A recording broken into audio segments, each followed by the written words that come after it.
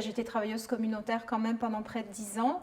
Il y a 12 ans, avant de devenir conseillère municipale, et en tant qu'élue locale, je vois bien, au-delà de mon cas personnel, les difficultés de mes concitoyens à être capables de rester habités dans leur quartier. Depuis 20 ans que j'habite dans l'arrondissement du Sud-Ouest, dans la circonscription, on a vu une hausse accrue de la valeur des loyers en fait.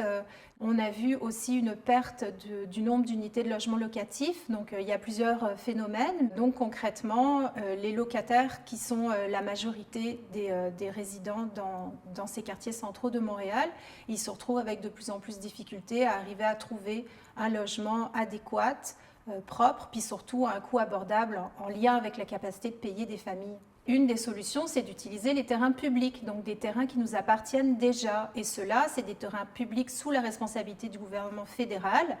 Et il y a beaucoup de terrains fédéraux dans la circonscription de Ville-Marie-Sud-Ouest-Île-des-Sœurs.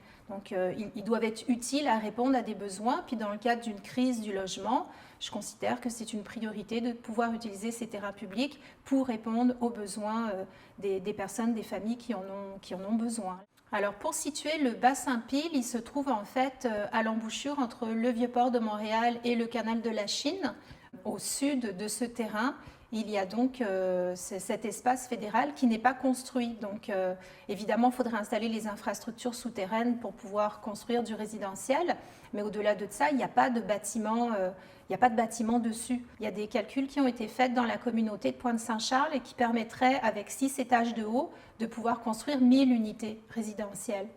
Donc la vision qui est portée par Milieu communautaire de Pointe-Saint-Charles et par bien des acteurs, c'est de pouvoir développer les terrains en lien avec les besoins de la communauté.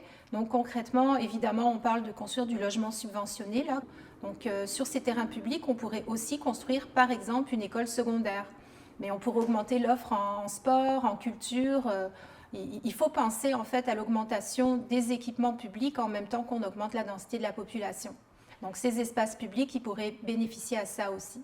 Il me semble assez évident qu'un espace public doit être utilisé pour le bien commun. Ces terrains sont un bien commun parce qu'on les a déjà payés. C'est des terrains qui sont publics, qui appartiennent aux contribuables, aux Canadiens, Canadiennes. Ça fait depuis 1994 que sous un gouvernement libéral, le gouvernement fédéral ne finance plus le logement subventionné. Il y a quelques années, là, ils ont sorti leur stratégie nationale sur le logement.